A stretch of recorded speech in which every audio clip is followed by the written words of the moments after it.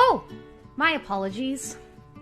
I was wearing my mask because I just got back from a full day of being a good person. I love my mask because it's a simple yet effective way to display my righteousness. Am I concerned that 2 children in China dropped dead because they were forced to wear masks in gym class? Nope. Am I concerned that we're creating a generation of children who will be socially awkward and conditioned to fear their fellow man? No. Am I concerned that I'm contributing to an impending socialist technocracy that will enslave the global population? Not even a little bit. Am I concerned that my mask is symbolic of my compliance to the social conditioning that will eventually lead to the forced vaccination of every man, woman, and child on planet Earth? Not a chance. And why am I not concerned, you ask? I'm not concerned because I decided a long time ago that shallow, insignificant gestures are a much easier way to showcase my morality than actually being moral. Because in order to be a real good person, I gotta stand up to a real bad person. And I don't like standing up to or for anything. I've decided that it's much easier to trick my own mind into thinking compliance is a virtue instead of what compliance actually is: cowardice. I prefer to float through life completely ignorant to the fact that every socialist takeover has always begun in the exact same way, with government overreach, public shaming, censorship, and a toilet paper shortage. Don't believe me? Google toilet paper shortage in communist Russia. Did you think you were having a unique experience? I prefer to pretend history never repeats itself so that I can stand by and turn a blind eye every time history repeats itself. I prefer to call anyone who speaks up, fights back, or stands their ground a lunatic or a conspiracy theorist so that I don't feel obligated to do my own research. Research takes away from me time. And lastly, I prefer to put on my mask and stand among a sea of masks so that I never have to be seen, be free, or reveal the deep dark shadows that lurk within me.